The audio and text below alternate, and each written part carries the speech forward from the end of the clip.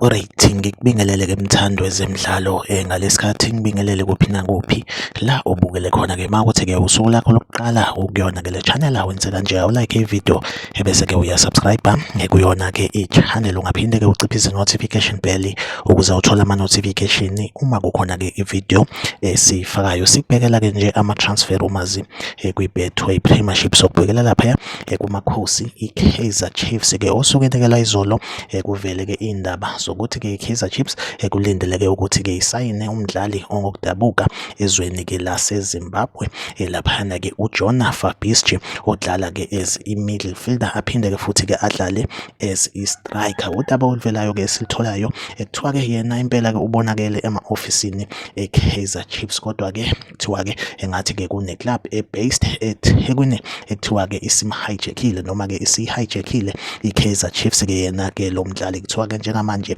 uyilolonga-ke nalo lelo qembu eliKwaZulu Natal eThekwini elisagodliwe igama lalo, okungenzeka kube iDurban City kube mhlambe-ke AmaZulu okanye-ke i-Golden Arrows, kodwa-ke lo mdlali impela kuthiwa-ke akasayinanga kuwona-ke amakhosi i-Kaizer Chiefs laphana-ke uJona Fabisci ongokudabuka ezweni laseZimbabwe ogijima kweqembu lalaphana-ke eGermany ku-League 3. Yona update engiphethe-ke njengamanje like ividiyo usubscribe kuyona-ke i-channel. Mina nawe ngizohlezi ngikhona la engulethela-ke ama-transfer news kwi-Betway Premiership. Okwamanje-ke ividiyo ethu asimambe la nisale kahle.